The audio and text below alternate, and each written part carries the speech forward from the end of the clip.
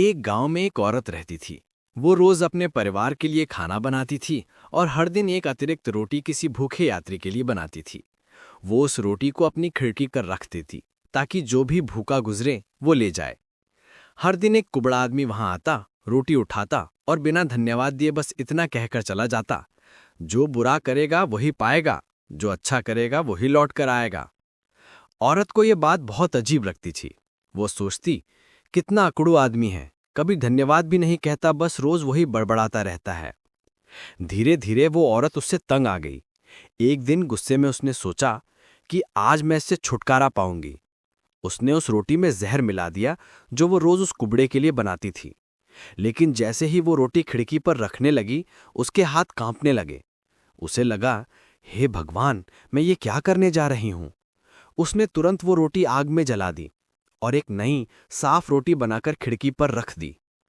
हर दिन की तरह वही कुबड़ा आया, रोटी उठाई और वही बात दोहराता हुआ चला गया, जो बुरा करेगा वही पाएगा, जो अच्छा करेगा वही लौट कर आएगा।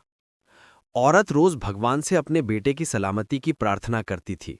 उसका बेटा कई महीनों से घर से दूर था और कोई खबर नहीं थी।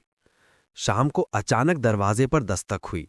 औरत ने दरवाजा खोला तो देखा उसका बेटा सामने खड़ा है। वो बहुत दुबला पतला, थका हुआ और भूख से बेहाल था। बेटे ने कहा, माँ, आज तो भगवान ने मुझे बचा लिया। जब मैं घर से बस 1 मील दूर था तो मैं भूख से बेहोश होकर गिर गया था। तभी एक कुबड़ा वहां आया और मुझे देखा। उसने मुझे उठाया और अपनी रोटी मुझे दे दी। उसने कहा, मैं रोज यही खाता हूं, लेकिन आज इसकी जरूरत तुम्हें ज्यादा है। ये सुनकर औरत के पैरों तले जमीन खिसक गई। उसे याद आया, उसी सुबह उसने उसी कुबड़े के लिए रोटी में जहर मिलाया था। अगर उसने वो रोटी जला ना दी होती तो वही रोटी उसके बेटे के पेट में जाती और उसका बेटा मर जाता। अब उसे उस कुबड़े की बात का मतलब पूरी तरह समझ में आ गया था।